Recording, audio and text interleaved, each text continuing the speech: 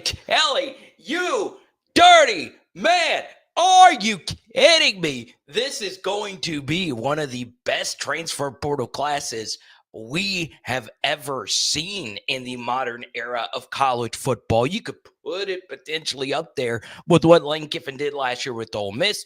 You could put it up there with some of the other really good transfers of the past couple of seasons. And it's kind of hard to keep up with all of it, right? You see Destin Hill is the thumbnail image. I didn't make it Nick Anderson because, well, Nick Anderson, we already did a film study on him. I went on ahead and released it, and bang, he decides to sign. Really excited about both of those young receivers to go along with Barry and Brown, keeping Aaron Anderson in that dangerous slot role, along with Bauer Sharp. Y'all, this is going to be the first real transfer portal class at LSU. I'm not saying, come in a little bit closer. It's okay. I know it's later. I'm not saying that LSU has not had other transfer portal classes, but this one feels different. These are not hometown discount players. Some of them are, obviously, but these are guys that are proven players that had offers to go elsewhere. Now, there is a negative to that because a lot of these guys did not grow up, of course, cheering for LSU, but a lot of them understand the history and the tradition of LSU football, and they also understand that they have an opportunity to be a part of something special here in the SEC. Now, what's very interesting is a lot of the transfers that LSU has already brought in are SEC to SEC transfers, including most recently Nick Anderson. So really excited about Nick. Obviously a 6'4" receiver who, as you guys saw in the film study earlier, has some blocking chops. So it's very interesting. Type Y for yes, type in for no if you can hear me loud and clear. I really do think Nick Anderson is an outside receiver that's going to make this offense go. He did a lot of the dirty work for Oklahoma, in the same way that CJ Daniels did the dirty work for LSU last year. A guy that can get other people open, a guy that can also block on the outside. Now, I will say it was interesting watching him. There really was only one game in his 2023 season where I was like, that could have been better. But overall, as a guy whose snap counts just continue to go up and up and up in what was a loaded Oklahoma wide receiver room. Now, they didn't have some unfreaking believable alpha, but Stevenson 5, Farouk 3, obviously Stoops at the time 12. You had all those guys in that room with Dylan Gabriel. You do have some concerns, obviously, and the big one is health. How is he going to return to form after a year of sitting out? Y'all, the tape for him is really good. Now, it is important to note what he is and what he isn't. He's not going to come in here and Brian Thomas Jr. this thing. I don't think he has that level of juice, but it's very good. You can easily see him come in and catch anywhere from 25 to potentially 50 balls next season. So I really do think Nick is going to be a very solid player. And I think this is a nice pickup. Obviously, you get to Destin Hill. This one obviously is different in that this is one of your traditional transfer portal modern era Louisiana hometown discount guys. For whatever reason, it never really worked out at Florida State. Obviously, over the past couple of seasons, we thought we were going to have to face him, but he never really could find his footing there. It's a little mysterious why he didn't play in the early portions of his Florida State career. There's all different kinds of theories as to why that's the case. But now he's back home. You could tell Louisiana high school football history means a lot to him. He was on the sideline for Edna Carr's state championship victory this past weekend. So he is really excited to come back home. And what's very interesting is he's going to have to come in and humble himself and work his way up the depth chart. Now, this is one of those guys that was a lot like Aaron Anderson, a top 150-ish recruit, 4-star wide receiver, a piece of what looks to be the greatest state wide receiver class of all time. Elite Labors, Brian Thomas Jr., Jack Besh, Keon Coleman, and so on and so on and so on. it's going to be very interesting with Destin Hill. So I'm excited about it. And obviously, he's pretty locked in to wanting to work his way up the depth chart. One thing that I'll float out there is when you go watch and watch some of his old high school stuff, which is basically what we have to work with here. And look, this is not a put down at all, right? These kinds of things happen all the time. He does move really well. And you do sometimes wonder, maybe he's not on the right side of the football. Obviously, if he switched positions, he would be filling an even bigger position of need. The last player we'll start off with, and then we'll talk about a pretty big visitor for tomorrow. And by big, I mean really big, is Mansoor Delaney. So type Y for yes, type in for no if you get up every morning at 8 a.m. Central Time. Because tomorrow morning, our Mansoor Delaney deep dive will release. Okay. Man, he's good. He's so good. And at this juncture, I would like to think he is the best player in this transfer portal class. I thought it was Jack Pyburn at first.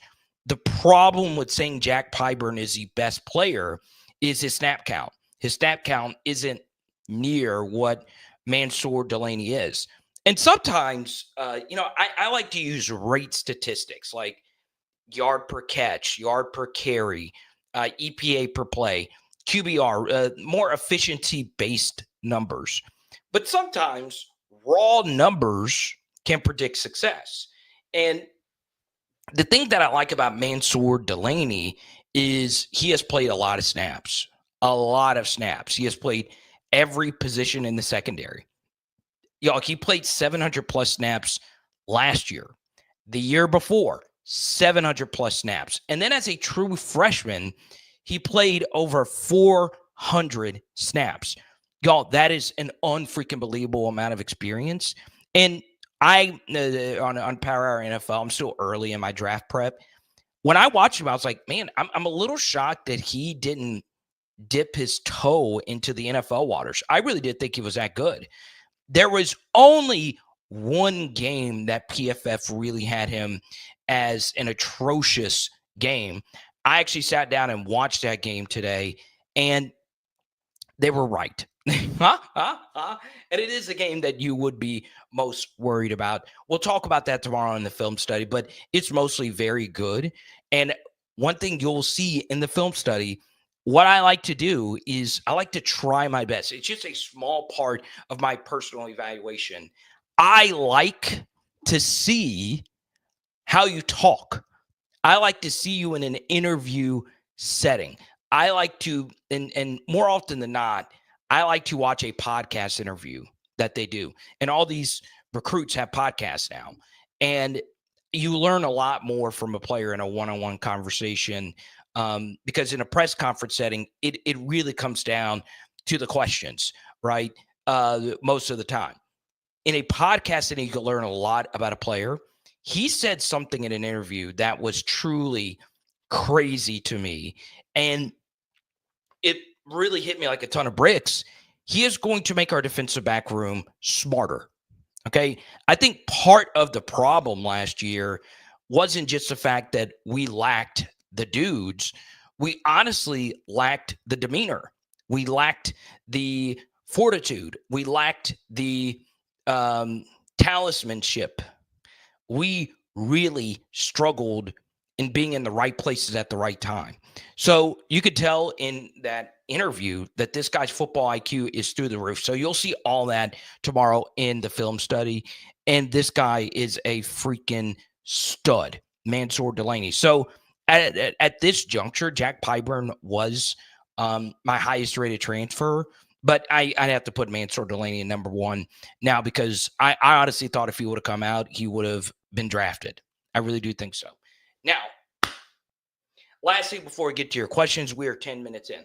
I really do appreciate, and not just you, all our partners, Zion Imaging, NOPOD, No Off Season, you guys know, and all our private partners as well. And this is really tough to talk about. I have been moving live stream times around because I'm dealing with a sick family member, and there is a high likelihood that I will be traveling for that. So our schedule could be moved around to the point where, like, I'm driving back and forth a lot from Houston, Texas, and I don't live near Houston, Texas. So that's why this live stream was pushed back. I hate doing it. You guys know there's no better, there's no better place I would rather be than right here. So all I ask for you to do, if you believe, of course, in a metaphysical power, if you don't, that's fine as well. Just give the good vibes, give the prayers, all that stuff, because it's tough. It's obviously tough on a family, and it's tough, when you have this drive. So, or at this job. So there you go. Now, the funny thing is like, this is how much I freaking love you guys.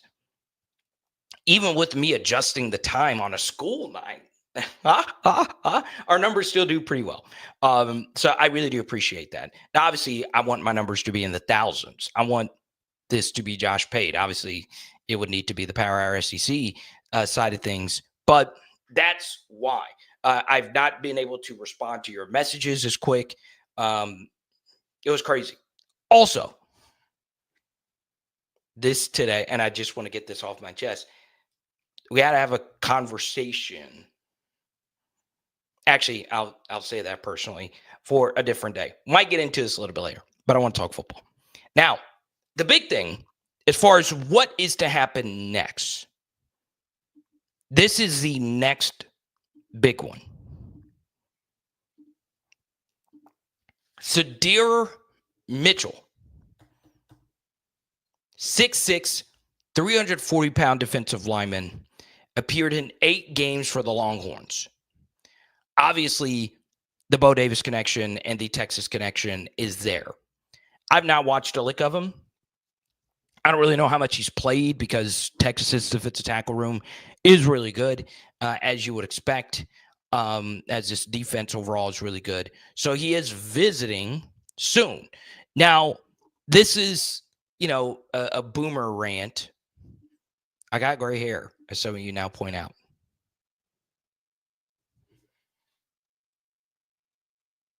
Why are we transferring and making visits while the season is still going on and while a college football playoff run is still going on? I don't know. I really, really, really don't know. But, of course, I want him to sign. LSU does need defensive tackle help. Parashan is probably gone. Gio Paez out of eligibility. You don't know a gazillion percent if Jacobian Guillory, who, while he did get injured early in the season, is going to be 100% healthy. Now, you did sign a huge defensive tackle class. Huge. Zion Williams, Brandon Brown, Battle, and the other slips my mind at the time being. It's a huge DT class. Then you have freshman of the year, Ahmad Bro, returning. And then you also have, of course, Dominic McKinley. So there you go. So apparently Gio Paez has another year. I always just assumed that it was done for him. Let me check. You never know with the COVID stuff. Huh? Okay.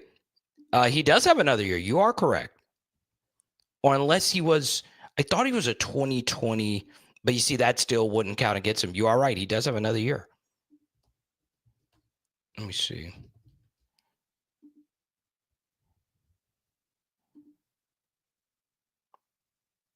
Redshirted as a true freshman in 2019. No, I don't think he has another year because he didn't play in 2019. Then he had his redshirt. That's right. Then he had his redshirt year in 2020. So 2021, 2022, 2023, unless he has some waiver that said he's going to get a 7th year of eligibility, I think he's done. Okay. Yeah, but I used to think that as well, Cortland, but he was a 2019 recruit.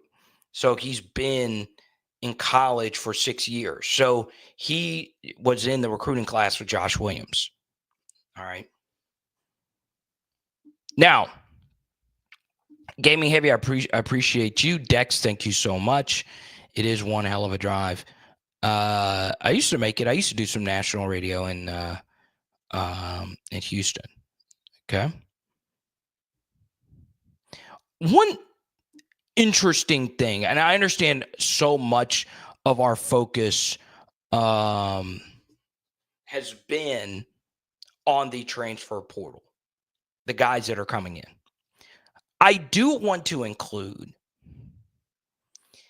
that one very fascinating name did not enter the portal, who fits the same profile of a lot of guys who did enter the portal for LSU, and that's Javian Toviano. It is very interesting that he is still with the team, and I'm glad he is. Now, once again, that can all change, but it is interesting. I've not really heard anything at all. Let's go to Marcus. First super chat. Carter, Brian Kelly, the Portal King. You are right. I do want to shout out Bayou Traditions. I do want to shout out TAF. I spoke to a few people, one with Traditions, one with TAF over the past week. And, man, it was a very productive conversation. It was also a convo where we are really starting to see vision. The one thing, before we get to more of your comments, and I promise we're going to get to each and every one of them. And Marcus, any question under the sun you want to get to, we can. I want to give Brian Kelly a lot of credit because he tried last season to do something noble. And for that, he deserves a true pat on the back. He said, look, I am going to build my program through high school recruiting. And high school recruiting is still going to be a big part of what we are going to do. But it failed. It failed. Because here's the thing about high school recruiting is that you don't know anything. College film is more predictive. It just is. Unless you're dealing with a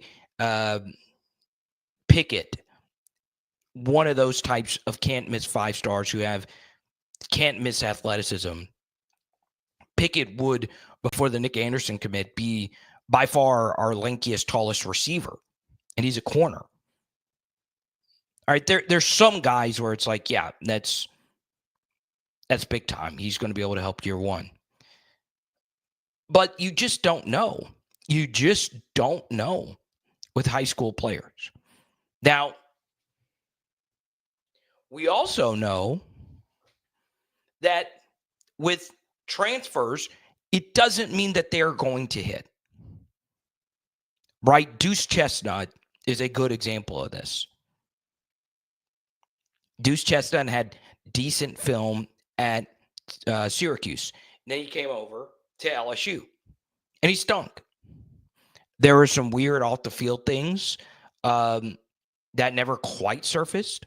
But for those that don't know, he transferred back to Syracuse, and he was good. He was, like, good.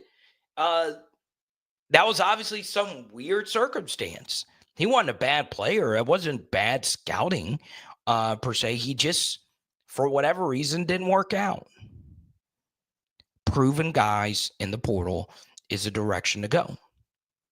Another thing is we are paying. We are paying. The hard thing is pinning down how much each player is getting paid. But use your brain. Use your brain. A lot of guys that we have brought in over the past couple of seasons, did we pay them? Yeah, we gave them NIL, of course. I'm not saying we didn't do that. But these are more of your typical portal guys, right? Guys that aren't just taking a hometown discount. Guys that aren't just going to LSU for the allure of LSU. We went out there, recruited our asses off, and paid the most. We have dealt with the agents. We've dealt with the parents. We have done a really good job on our visits. And guys are not walking back out the door. So what does that mean? That means numbers are being met. Numbers are being met. So that doesn't mean you can't do high school football recruiting anymore. All right? That doesn't mean that at all. But if you're to tell me, hey, Carter, Jesse Harold flipped from LSU to wherever he ended up flipping. I forgot. Okay, cool.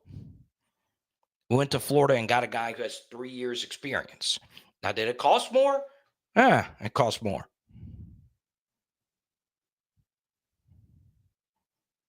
Go get your guys. Go get your guys. Okay? It's just that simple. You're spending the money. We're spending the money. Now, are the coaches still doing a good job recruiting? Yeah. Yeah. You know, there was, I won't say who over the past 2 years, who said, hey, we quite frankly are not coming if so-and-so is getting fired. And that's it. They said it wasn't an NIL thing. They said we're not coming in unless if this coach is gone, we're not coming. And I had that confirmed from one of the players over the past couple of seasons. So yeah, the position coaches still matter. All that stuff still matters, but you got to pay. All right, you've got to pay. Let's go to Doug. He said, losing Underwood was a blessing in disguise. The money freed up and the influx of NIL dollars has given us hope for 2025. Yeah, and it's not necessarily that the Bryce Underwood thing didn't go through. It has nothing to do with Bryce at all. But it was such a public ass kicking in the NIL space. We out-recruited Michigan. We put every last traditional recruiting resource in to go get him.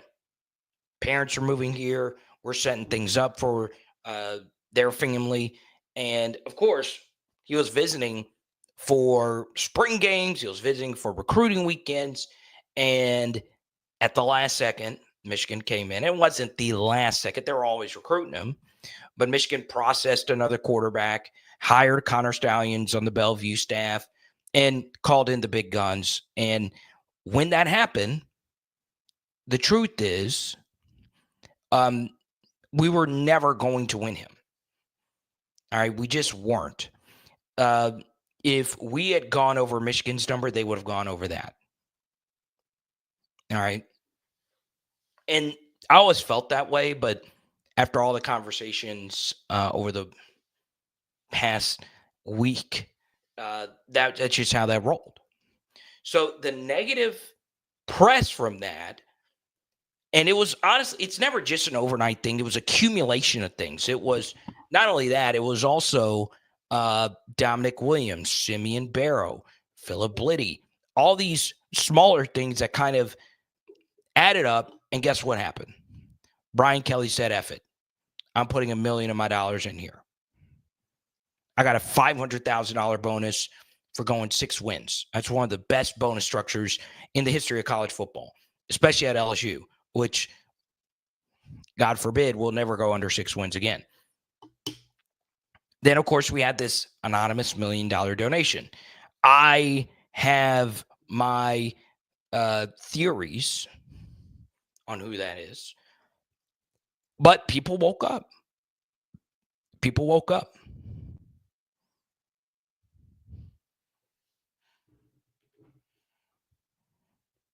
Let's go to Julie. Julie, thank you for your super chat. I appreciate it. Praying for my father-in-law. Thank you so much. He appreciates each and every one of you. He's an Arkansas fan, so he tunes into the Power Hour SEC show. But he might be tuning in now because he knew I was going to shout him out tonight. Have I heard anything about Jacoby Matthews, says Desmond? I'm going to let that play out because there is more to it than him just, joining LSU. Now, what I will tell you is I've not heard a lot. I'll also say I haven't been doing as much digging as normal because life. But, do we want him here? I do. I think LSU does. I think he wants to be here. It's weird because he was really good friends with some of the other DBs that were in this room, and they're now gone. So, I don't know. I really, really, really don't know, Desmond.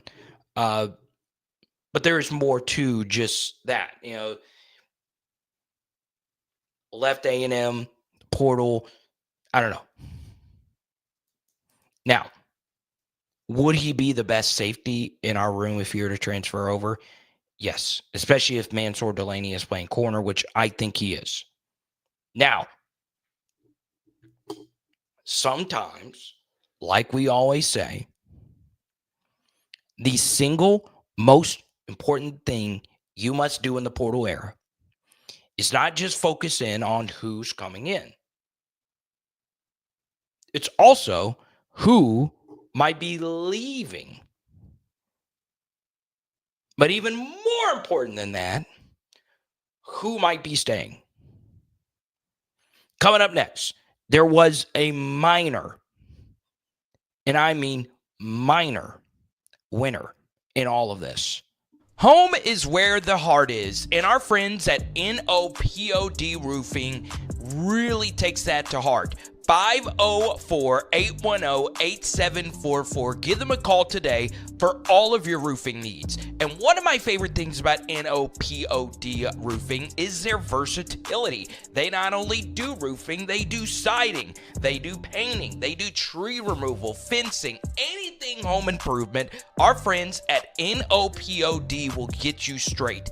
Give them a call today at 504-810-8744 and let them know PHL and Carter the Power sent you. We never overpromise and always over-deliver with NOPOD, baby. Let's go. Book your 360 spin booth experience today with Zion Imaging. Yes, that's my buddy Jaron Thomas who started this venture years ago. And look at the smiles on these faces. This state-of-the-art photo booth is so incredible. I work in the wedding and event industry, and anytime I see a 360 photo booth, it takes your event, whether it's a reunion, a wedding, a conference, no matter what it is, it takes it to another level. Give them a follow on Facebook. Book them today. There is a special deal going on now where you can get up to 40% off. This is all the info. Give them a call today, 318-469-4265, or go to Zion Imaging. That's XYAN imaging.com. All righty. Ashton Stamps is a big winner. Now, why is that? Well, he could be benched. He could be benched. So Zy Alexander, of course, is gone. Y'all, our corner room was probably not as good as you probably thought it was. Okay. Ashton Stamps was given Uno. And as a year two player, after playing a good bit as a true freshman, had an injury, was an overall very durable player for us. Was he a true lockdown corner? No. No. He was good. We could do better. Do I think he played at an SEC starting caliber corner level? In some games, yeah. But now, you've got some dudes. You've got some bona fide, proven dudes with high recruiting rankings and or a lot of snaps under their belt. So what does that do to you? Well, you just kind of, I wouldn't say you walked into a starting corner role, but look, But pretty soon, at the beginning of spring, it was pretty clear that P.J. Woodland and Ashton Stamps were going to play a lot at outside corner. That was in the spring as year 2 and year 1 3-star corners. So now that you're entering your prime year, your year 3 season, which is a year that you want to play your absolute best, these two guys, Pickett and Delaney in particular, but Jakeem Jackson as well, they're going to push him harder than he's ever been pushed before. And a big problem with college football is that complacency can set in.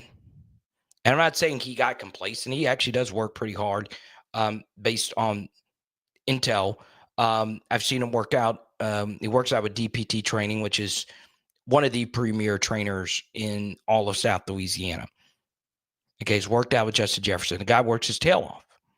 But there is nothing, absolutely nothing, that forces you to work harder than competition in your own room. It's just that simple. It's just that simple. Competition in your own room, competition in your own field makes you better. So I am really excited about this for Ashton Stamps, even though I want Ashton Stamps to play over the other guys, because I am always cheering for a Louisiana recruit and a Louisiana 3-star recruit. I always want those two things to be a big part of LSU's program.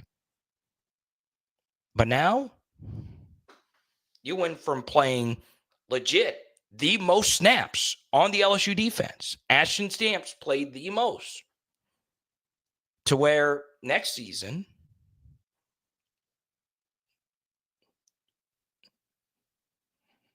will you start? Will you start?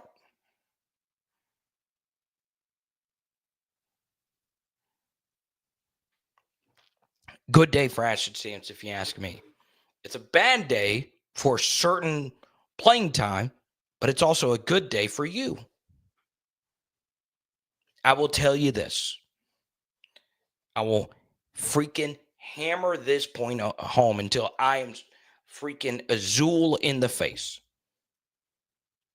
The Florida game, what the roster that we put on the field, the 2 deep, was unacceptable.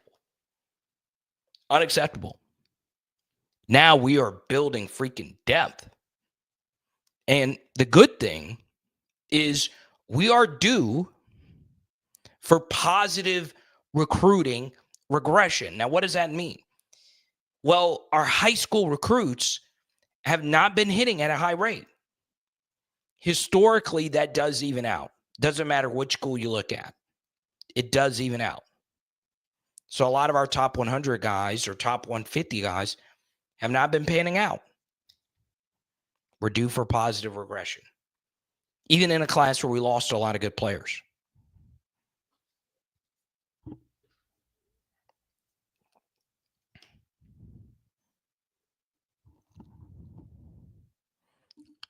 Okay. Now, obviously, we're still coming down from the high with Michael Van Buren. Obviously, we spent a good bit, and some of you, look, I'll be honest, some of our most loyal viewers were not happy with the thumbnail for the Michael Van Buren video, where I just said Nuss QB1, question mark. And in the beginning of the video, I said Garrett Nussmeier has really nothing to worry about. And I really do mean that. But there, when it comes to quarterback discussion, it always gets intense. It doesn't matter who. Now, I wanted to bring that up because the most intense quarterback discussion wasn't Jaden Daniels. Now, Jaden convos did get intense. Oh, boy, did it get intense. It wasn't Garrett Nussmeier and the turnovers this past season.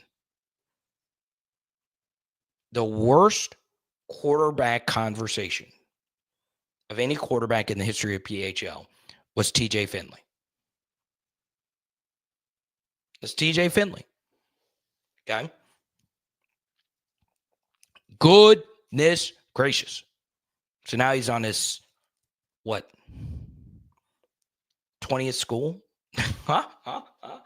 He's with Tulane.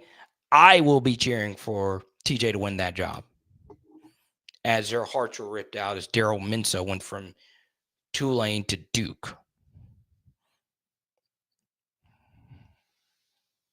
No tampering involved. Okay. Now, let's go to Steve, who says Colin Hurley is better than Van Buren. All right. Here's a problem you run into with that logic. Okay. Let's just say you're right. Let's just say Colin Hurley is better than Michael Van Buren. Who would you say, though, at this point, you know more about at this juncture? Do you know more about the true freshman who played the hardest schedule an SEC quarterback has ever played? Ever. Period. Or do you know more about the guy who was fourth string?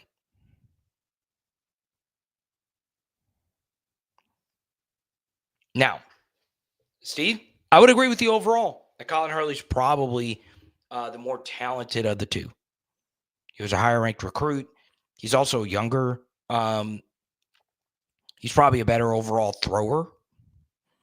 But the problem is you don't have those snaps. Michael Van Buren played a lot of snaps.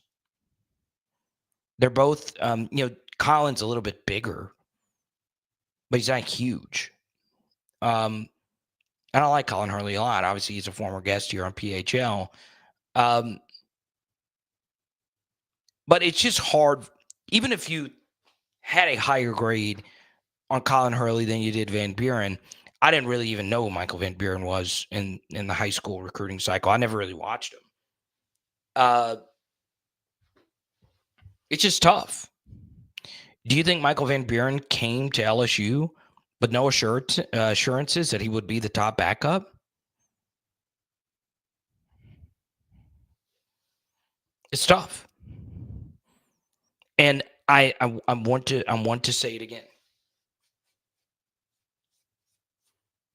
I'll just pull it up again just to let you guys know. And this is still, to me, the hardest schedule I have ever seen an SEC quarterback play, ever.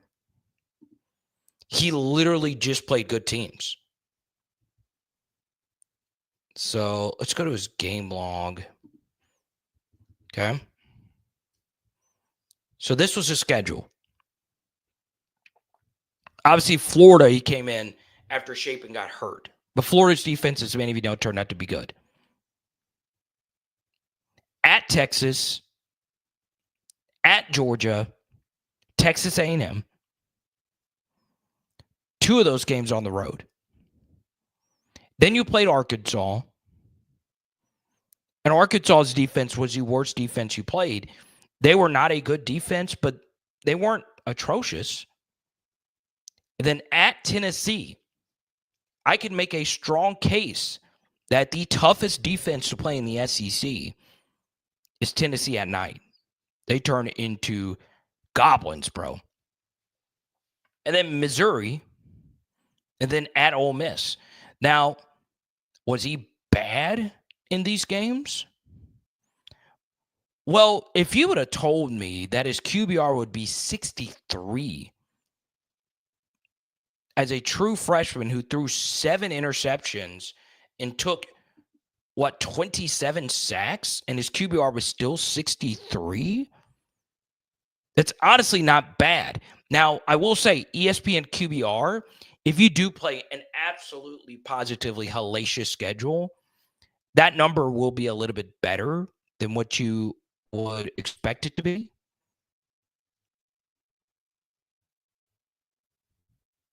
And obviously, in most of these games, Mississippi State didn't really put up a lot of points.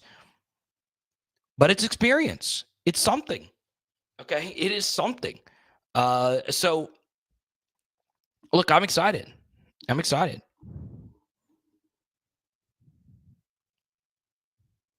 Like y'all eh, at Tennessee is brutal, and you can make a case that that's not a top 3 defense he played last year. It's crazy, absolutely crazy. So what do I mean? What? Why is that a good thing? Well, if you don't think he was that good in these games and he's just ass, and the numbers he put up were just because of volume, well, you might be right. You might be right on that. There is a very real possibility that that is a thing. Like the reason why he put the numbers up is because, well, someone had to put up numbers. And obviously, while he did play all those tough defenses, let's be real. Kirby Smart in particular is notorious for watering down a playbook. He's notorious for it. Okay. So you can make that argument all you want, but based on what I watch, it's not like it was bad. Like I really, when I watched him, now once again, I've not been able to do a deep dive. Obviously, a lot of you have been requesting his film study more than anyone else, as a lot of you would expect. Every other position is a lot easier to do a film study than quarterback. I don't just want to slap one of those together. And I never just slap together a film study. I try my best to dig through highlight tapes. I try my best to get my hands on full games. And it's tough. Cole Taylor playing tonight.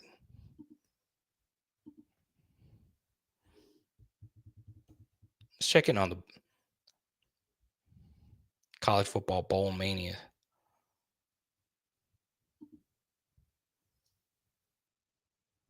Oh, let's go, Memphis. I totally forgot about the Scooters Coffee Frisco Bowl. What was the final number on this? I would have bet Memphis pretty heavy. They're playing some good football at the end of the season. Blew the brakes off a good Tulane team at their building.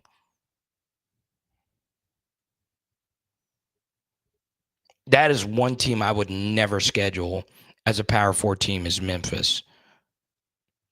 Memphis 5.5 point favorites.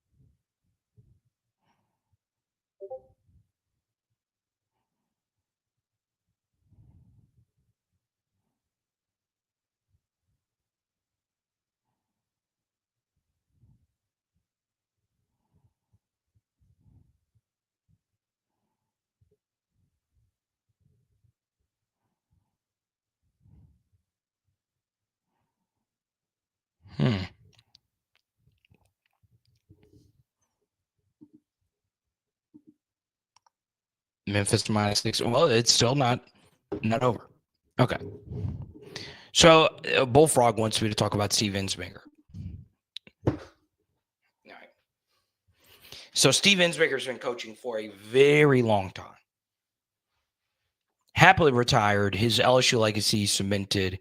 Coached in 2 different national championship games. Do you think he really wants to run it back and have a potential Pelini type of ending? I don't know. He probably has the itch to coach again. Obviously, his son, who's a friend of mine, is coaching now. I don't know. I don't know if Singer would want to come back.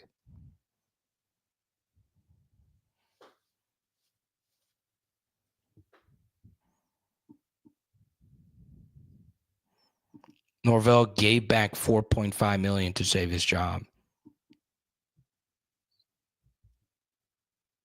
I wouldn't have done that. I understand $1 million. I get it. I wouldn't have done 4.5. I'm sorry. No, that's I would have just said fire me. Honestly, for I saw that. So how I didn't actually read into it though, but I've seen that floating around 4.5 million. How does that work? Is it 1 million per year that he's giving back? Or did he say, hey, here's 4.5 million? I mean, hell, you took that program to a damn playoff.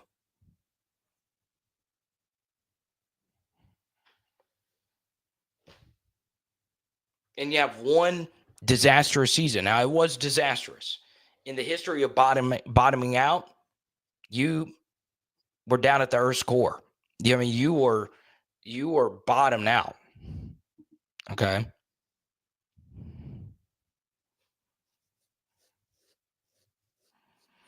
And look, Carvis, I have no problem giving $1 million back for NIL, like Brian Kelly did. I have no problem. 4.5 though, holy hell. And I will go to the grave saying this. It's whatever at this point. College football head coaches are underpaid. That sounds stupid. But in terms of scale and how much they matter, it's always the head coach. That is 60% of every program's success. The other 20%, of course, is recruiting. And then the other 20%, obviously in the modern era, is your schedule, I would say. You can move things around all you want. I would maybe schedule is a little bit higher, knowing how unbalanced the schedules are and how much of a schedule guy I am. But man, that is a lot of money to get back. It is. I would have said, hey, are you eating out of my assistants too? Is that what we're doing? Like, for instance, like the amount of money Kirby Smart makes Georgia every year, he's underpaid. Like I would say Kirby's worth $20 million a year to that program. Well, someone else could step in at Georgia with their recruiting. I don't know. Kirby's pretty freaking good. That, we can make 1,000 speeding jokes we want, but dude's elite. 20 million a year.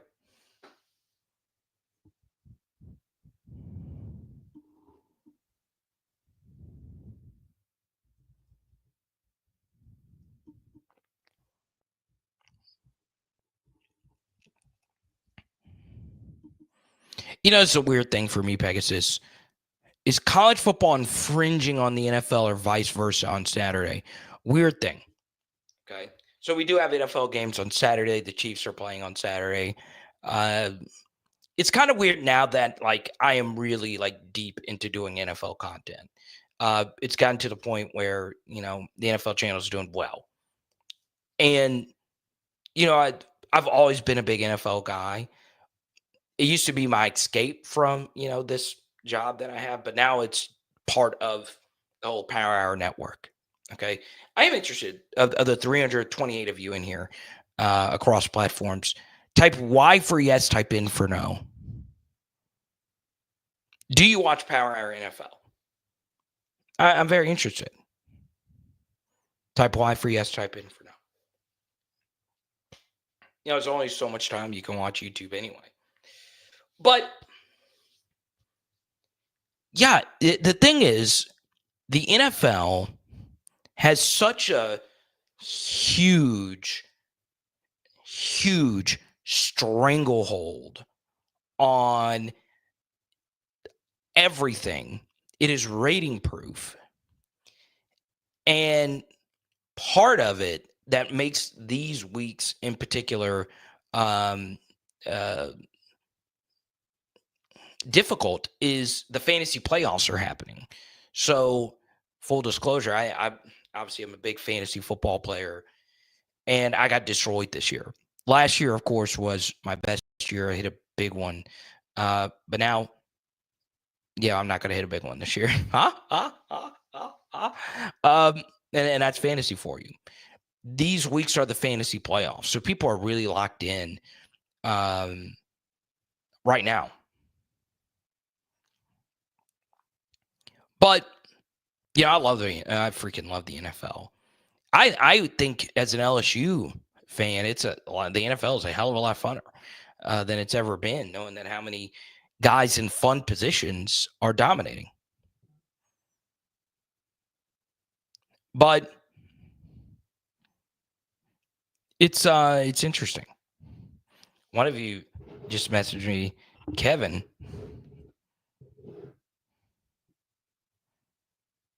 Checked in to the chat. Said I wanted to text you.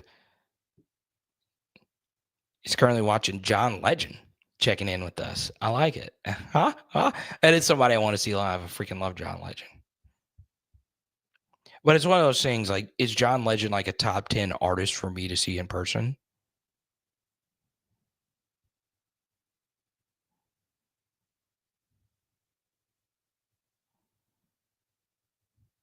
No.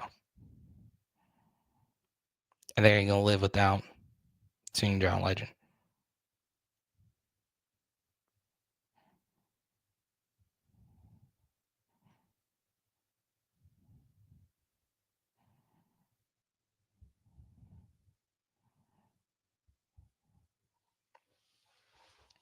But, as far as the NFL having games while the playoff is going on, I don't like that the NFL is doing this Saturday stuff, the Christmas stuff, where guys are playing on 4 or 5 days rest. It's just too much. It honestly is just too much. Yeah, I do a Saints film study every week. I also do a Saints podcast every week. Believe in Saints. Check it out. It's a fun show. Shout out to Eric Weinberger.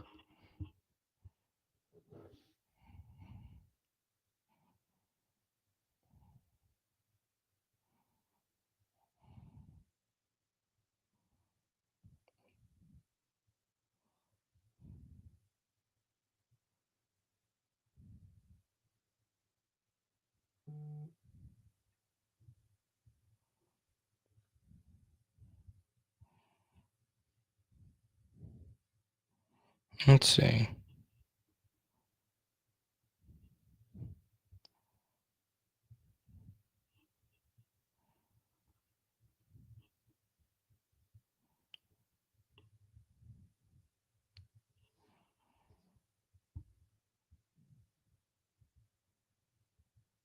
Sydir Mitchell will be on LSU's campus tomorrow.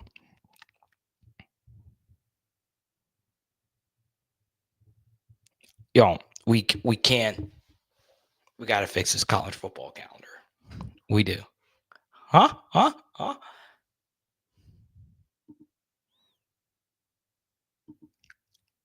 So Pegasus, I guess, is the only one of you live viewers. My analytics says the opposite. My analytics says I do have some crossover. There you go, Donald. I knew you hold it down. Look at D-Dub. Look at D-Dub. That looks like one of my dogs. My Tartar. Steven, Mr. Fry. Is not a huge fan of the NFL. A lot of you think it's rigged. Pinche, not an NFL guy either. Tell him, Samuel. Samuel's an NFL guy, and I know I can chat. I know I can chat pro ball with him anytime, any day, any week. And one of the wildest thing about the NFL that no one ever mentions from a film study guy, and it's the single most jarring thing when you watch as much NFL as I do. Now, it is a little bit different because I have access to NFL All 22. College All 22 I have some. I don't have a gazillion because they think it's the end of the world if you get it. But, one weird thing are the hashes. Holy crap. How thin. If you ever, and I might be ruining the crossover for you, because some of you might not ever even think about it. But if you're to look at how thin the NFL hashes are and how wide the college hashes are, it's crazy. And what's really funny about that is I actually think the wider hashes make plays being run into the boundary more effective, right? Because if you're on the far hash, you don't have as much field to work with. But for you would think the opposite. But college teams, the best coordinators, really know how to scheme things up into the boundary.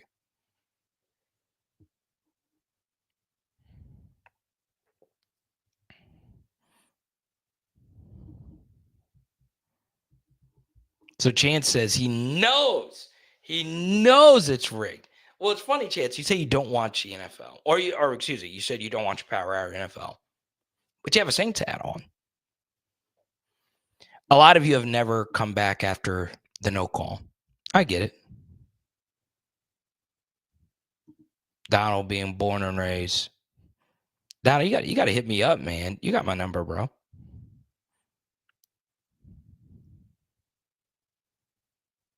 Let's go to DA. Actually, let's go to this first from Lad. Welcome to the channel, Lad. Carter, why do you think the high school recruits, especially on defense, have not been panning out? Why is that the case? Well, Lad, honestly, a lot of it is just bad luck. You have had bad luck. I mean, these guys are just, it's just duds. I mean, look, this goes back to the end of the Orgeron tenure. There were a bunch of duds there. Now, is it development? I don't know. Could it be a course correction? Maybe, because LSU had relatively high hit rates with their higher ranked high school recruits. Now, you did have some guys that really didn't ever do anything, like a Chris Davenport or an Eric Monroe, if you will. There were some of those guys, but for the most part, a lot of the elite defensive recruits that they would bring in would be very freaking good football players. Obviously, the portal wasn't around then, and that changes so much. But, I honestly think it's just bad luck. And the funny thing is the recruiting services have gotten sharper. So, yeah, I once again, I think some of it will course correct itself. And, you got to take a look at your evals, take a look at development. Is it because some guys early enroll and some don't? I don't think it's that. I've shared my piece on early enrolling. I think it's the most overrated thing. But there you go.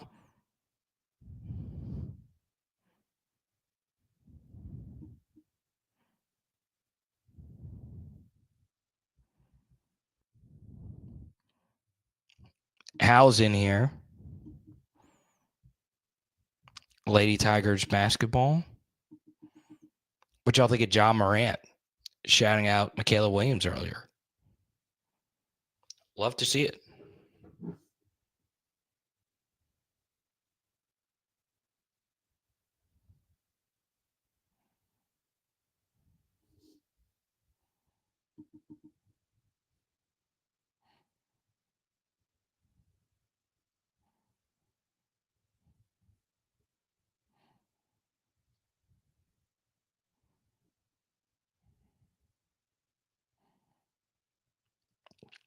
LSU defeating Stetson.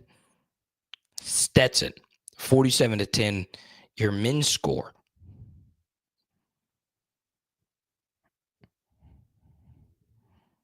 I'm so ready for SEC play. Stetson was 1-9.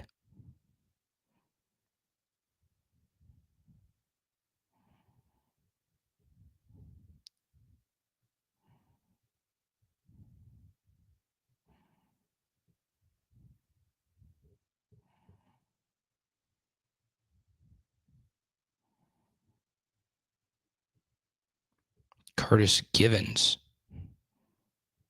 had himself a night.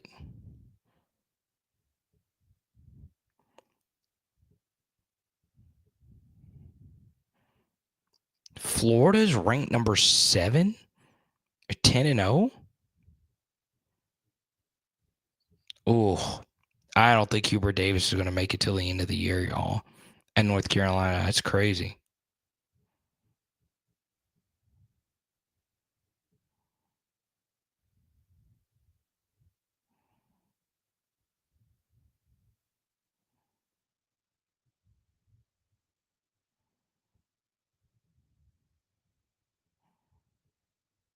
All right, we'll take a few more here. Once again, if you super chat, we'll keep it going.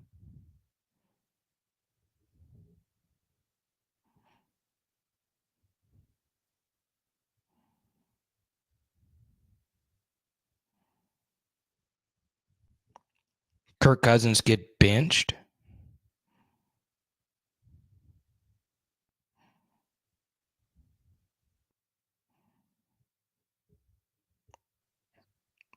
Falcons.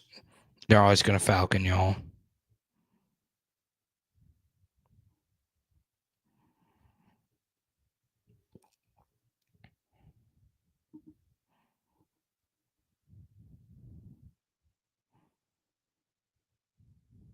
Need some hogs.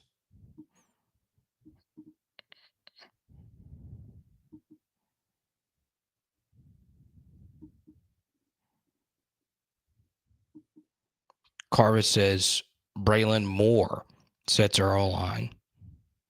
I would like to get another, but offensive linemen are just tougher to get in the portal.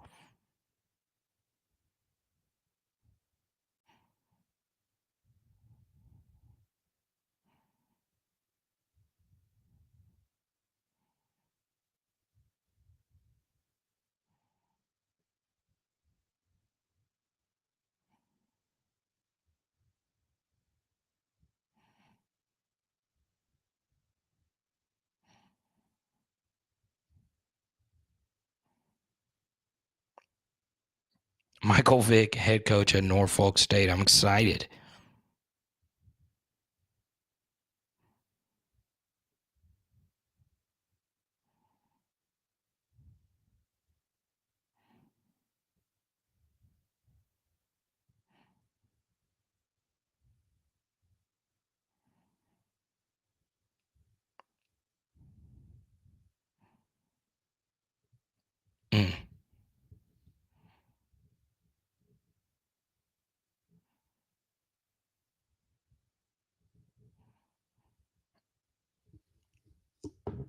Let's see.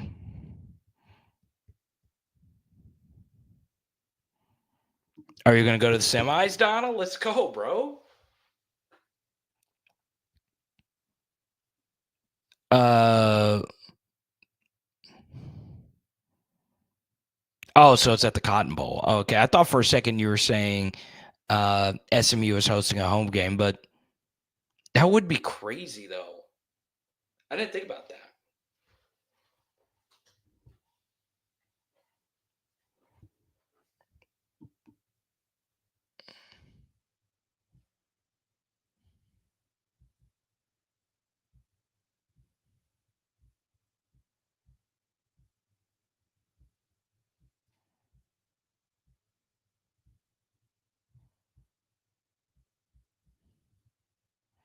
Let's go to Hal, who went to the game tonight. He said Carter is by far the worst team I've seen in the PMAC.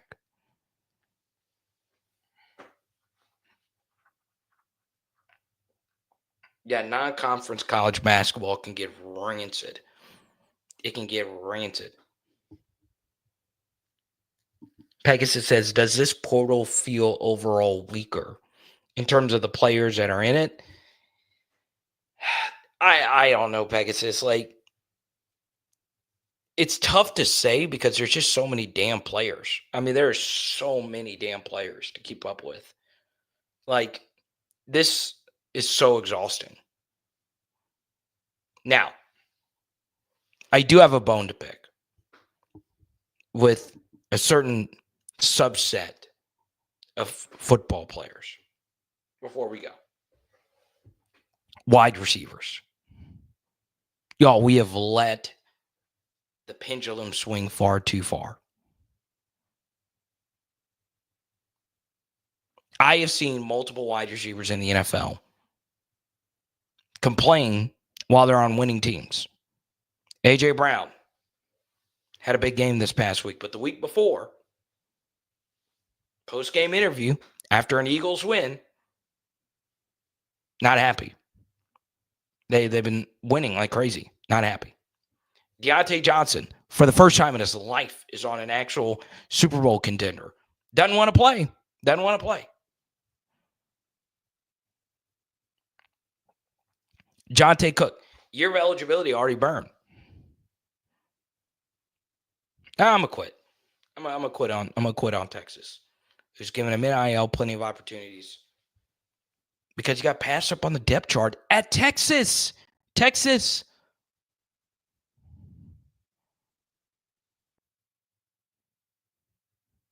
Wide receivers. Stop it. It's gone too far. It's gone way too far. You're on a good team. That doesn't apply to any of our guys. It doesn't. But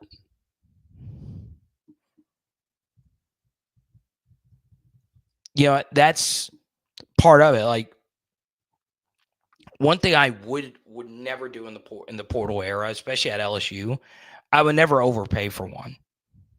Ever. Because, especially at LSU,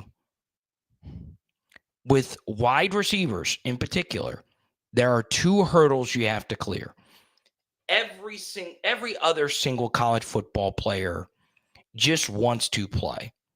Now, do they want to be in certain schemes that make them look better? Sure. Some corners are better in certain schemes.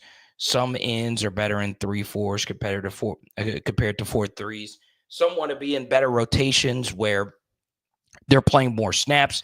I get all those things. But for wide receivers, not only do they have to play, they need to get targets.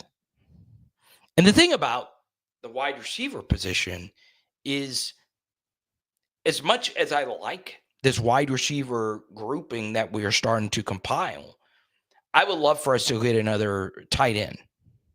We're still dangerously shallow there unless J.D. LaFleur is a stud, which he could be. He very well could be right away.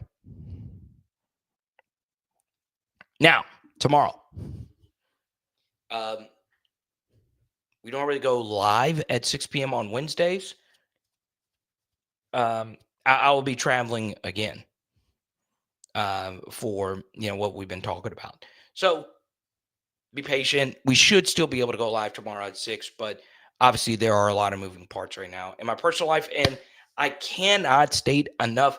Thank you guys so much. Like, the reason why I haven't shared a whole lot of specifics is that it does affect your schedule. So, our viewership really, it's some. There's 345 according to this number. Even if it's a little high, I could look on YouTube, see how many people are in here right now. It says 145 on my count, which is pretty good for 11 p.m. on a weeknight. Midnight for East Coast.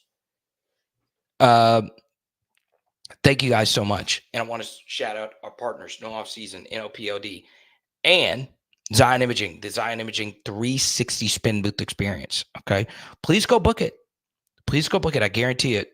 Your event will be taken to the next level. I saw it firsthand. Okay. It is Power Out LSU. Boom. And tonight we are doing, my wife made some sour cream beef enchiladas with the sour cream sauce. What y'all know about that sour cream sauce? And once again, shout out to our super chatters, Marcus, Julie, and Desmond. Let's go. There's my wife. My wife just got home. Let's go.